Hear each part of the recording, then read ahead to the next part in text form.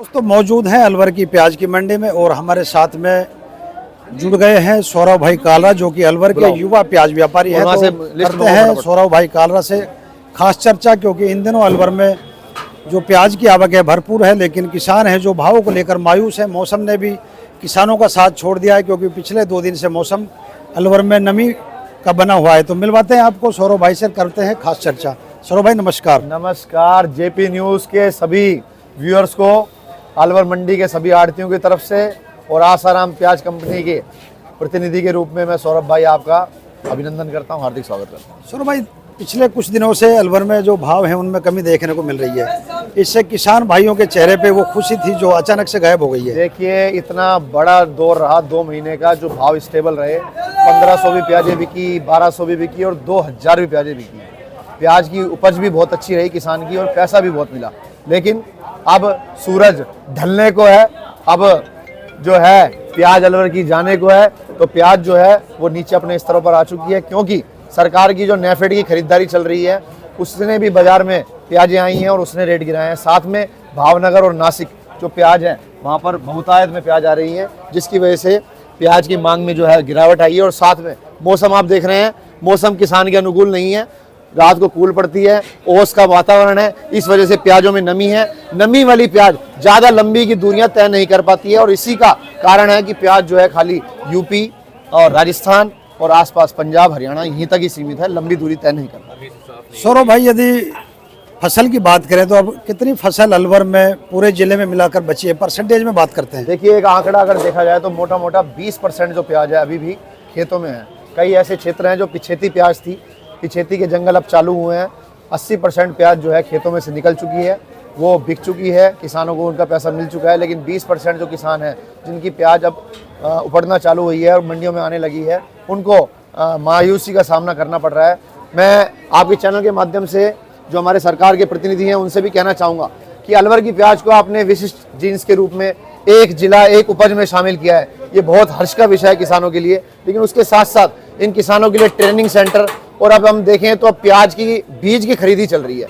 और प्याज की खरीदी जब चलती है बीज की, तो मेवात के अंदर एक गिरोह सक्रिय हो जाता है नकली बीज बेचने का, जिस वजह से किसान वही पैकिंग होती है ब्रांडेड कंपनियों की और उसी गत्तों को खाली करके उनके अंदर डुप्लीकेट बीज भर के बेचा जाता है। तो जो संबंधित विभाग है वो छापेमारी करे, पूरी कंट्रोलिंग करें, मॉनिटरिंग करें और किसानों को लुटने से बचाए, क्योंकि अब वो दौर है 1 महीने का जिसमें पूरी संभावना है कि फर्जी बीज जो है वो किसानों को ब्रांडेड के रूप में बेचा जा सकता है। सौरभ भाई, अलवर का किसान बड़ा भोला है। बीज के बारे में हर बार इस तरह की ठगियां होती हैं, तो किस तरह से अलवर का किसान इस नकली बीज से बच सके, इसके लिए थोड़ा सुझाव दीजिए। बीज बचने का तो सबसे नकली बीज से बचने का एक ही उपाय है कि किसान जिस भी कंपनी का बीज ले, जीएसटी का बिल ले।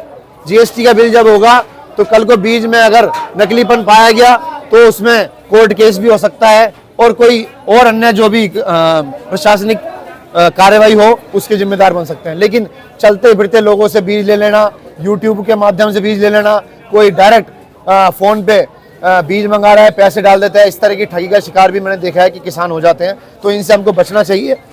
आप जहाँ से भी बीज लें, अपना जीएसटी का बिल लें, डिस्ट्रीब्यूटर से बिल लें, कंपनी का बीज लें, वही आपके लिए सही रहेगा। और चलते फिरते से बीज लोगे तो हर बार की तरह ठगी का शिकार होगे। तो भाई, वर्तमान में अलवर में जो प्याज है उसकी क्वालिटी कैसी देखने को मिल रही है?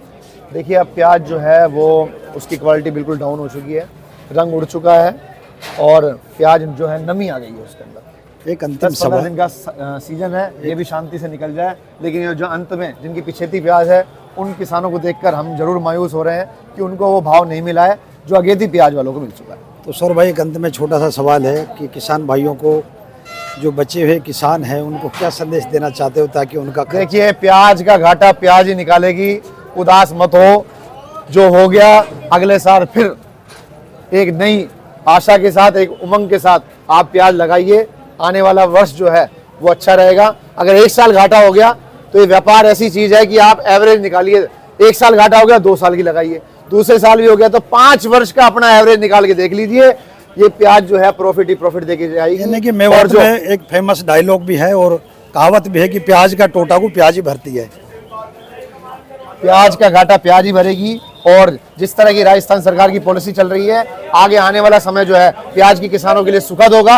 आगामी जो प्याज का सीजन होगा उसमें मैं 99% एक गारंटी के साथ कह सकता हूं कि जो खुले वातावरण में प्याज बिक रही है इनमें शेड लगी पाएगी। किसान को जो है बीज जो है वो गारंटी का बीज मिलेगा। और जो एक जिला एक उपज की बात भाजपा सरकार ने की है तो उसका एक सुखद परिणाम जो है वो किसानों को मिलेगा। मेरी ऐसी पूरा विश्वास है इस सरकार। ठीक है जी। दोस्तों, आसाराम प्याज कंपनी के मालिक हमारे साथ में मौजूद है। सर, मर जाएंगे मिट जाएंगे, मरने नहीं देंगे, ये हमारा नारा है। ये हमारा नारा है और पक्का नारा है। सर, पिछले 2-3 से देखो, मैं आपको एक ही बात बताऊंगा, जितने किसान अलवर के हैं कोशिश ये करा करें कि प्याज ऐसे समय पे लगाएं कि 11वें महीने में निकल आए या 12वें महीने की 10 तारीख तक निकल आए। उसके बाद तो हर साल मरण ही मरण है, क्योंकि गुजरात, महाराष्ट्र, कोटा, इंदौर सब जगह की प्याज चल जाती है। हम कभी मंदा बेच के राजी नहीं है। अलवर के पूरे आड़ती, ऐसा नहीं मैं, पूरे आड़ती ऐसे हैं, किसानों के लिए पछते हम। पर इनका काम यही है कि आप 11वें महीने में माल को लाओ और 10वें महीने की 12वें महीने की 10 तारीख तक। और रही बात ये कि ये कभी मत सोचो कि अलवर के आड़ती काट रहे हैं, आगे हम कट जाते हैं, क्योंकि किसान आगे हमारे व्यापारी मांगते नहीं माल, वो क्योंकि उनको वहाँ मिल रही है गुजरात में मंदा माल और नासिक में मंदा माल मिल रहा है। अब उनका माल भी अच्छा, हम महंगा कैसे बेचे बताओ। तो इसलिए हमारी तो यही रिक्वेस्ट है, बीज अच्छा बना के कोशिश ये करो 11वें महीना प्लस 12वें महीने की 10 तारीख का प्याज बनाने की कोशिश करें। बाकी तो 12वां महीना चले गई। कभी कभी ऐसा भी आ जाता है कि 12वें महीने में तेज हो जाती है प्याज। वो जब होती है जब वहाँ तबाही आ जाए। जब अब हम सब जगह की तबाही तो सोचेंगे नहीं पहले, क्योंकि सबका भला तो अपना भला। बस मेरी यही है। वर्तमान में अलवर से प्याज है जो कौन कौन से प्रदेश में जा रही है? बाकी कोई भी किसान है, अब हम जैसे किसी को गाड़ी देते हैं 500 वाली, 550 वाली, 600 वाली, 700 वाली, वो एवरेज बनाता है। आप भी 4-5 साल की एवरेज बनाओ। ऐसा नहीं कि 3000 माल बिक गया तो आप उसको लुटा दो पैसों को। कभी ऐसे भी आएगा कि 1500 भी बिकेगी। तो 3-4-5 साल की एवरेज बनाओगे ना, कभी घाटा नहीं आएगा, कभी भी घाटा नहीं आएगा, क्योंकि 2-3 साल में माल तेज होता ही होता है। अब पिछले महीने पूरे महीने प्याज 1500, 2000, 2200 तक बिकती रही है। उससे पिछले साल थोड़ी डाउन थी। सन 19 में 4000 की प्याजें बिकी।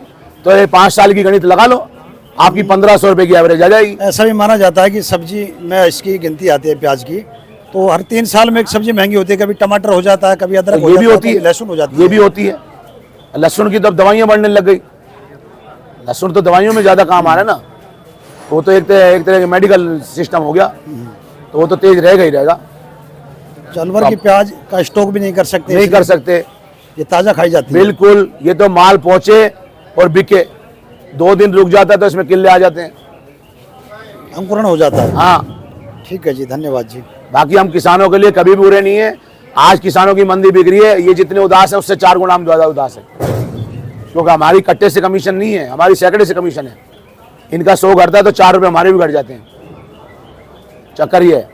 नमस्कार। सर, इस उदासी में एक आपका फेमस डायलॉग हो जाए। मर जाएंगे मिट जाएंगे पर मरने नहीं देंगे। ठीक है जी। हाँ।